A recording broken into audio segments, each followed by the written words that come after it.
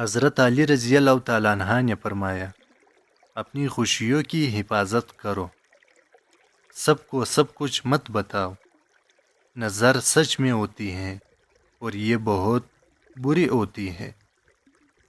کسی کو خوش رکھنے کی بجائے دکھ نہ دینے کی کوشش کرے، کبھی اس کو نظر انداز نہ کرو جو تمہاری پرواہ کرتا ہے، ورنہ کسی دن تمہیں احساس ہوگا کہ پتھر جمع کرتے کرتے تم نے ہیرا گنوا دیا۔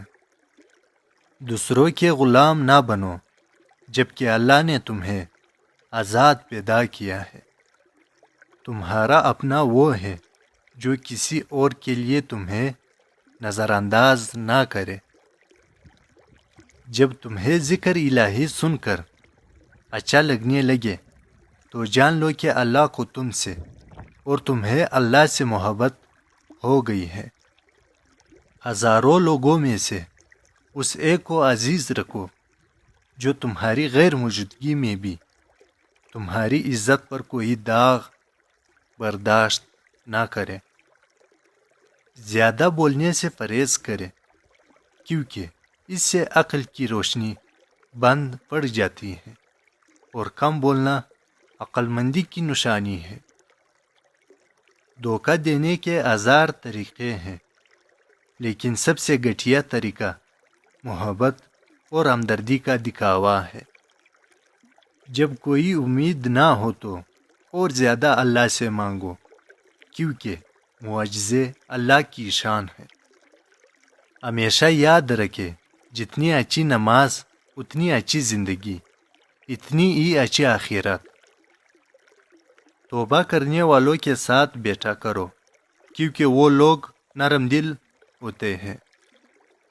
دنیا میں ہزار رشتے بناؤ، لیکن ایک رشتہ ایسا بناؤ جب ہزار رشتے آپ کے خلاف ہو تو وہ ایک اکیلا آپ کے ساتھ ہو۔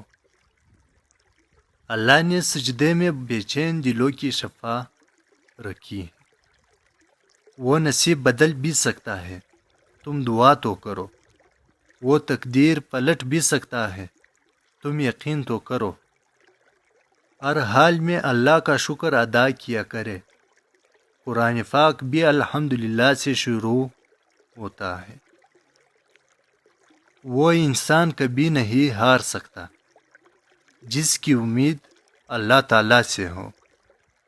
میرے والدین میرا سکون ہے، یا میرے اللہ، اس سکون کو ہمیشہ سلامت رکھنا۔